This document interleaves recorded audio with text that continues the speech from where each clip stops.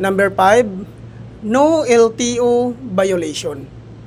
Number 6, 1,000 license down payment.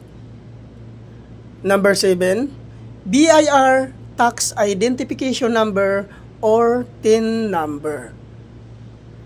At regarding naman po sa hindi po nakapangalan sa inyo yung mga motor, ay kailangan nyo lang po magdala ng authorization letter. Kailangan po naka-notarize po yun. Then, hingian nyo po ng one valid government IDC owner, ipotocopy nyo po, then papirmahin nyo po ng 3 beses sa baba.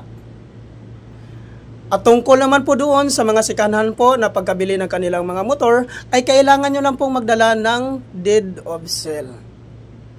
So yan po lahat ang mga requirements po na kailangan nating i-prepare before po tayo pumunta sa Move It Training Facility po sa Marikina City. At ang kagandahan po dito guys, pag once ma-activate nga po kayo dito, ay bibigyan po kayo ni Move It ng freebies.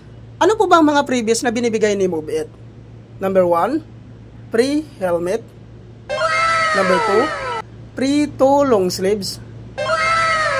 Number 3, free helmet bag. At hindi lang po yan guys. Pag once ma-activate ka nga po dito, maabil mo rin po ang zero commission po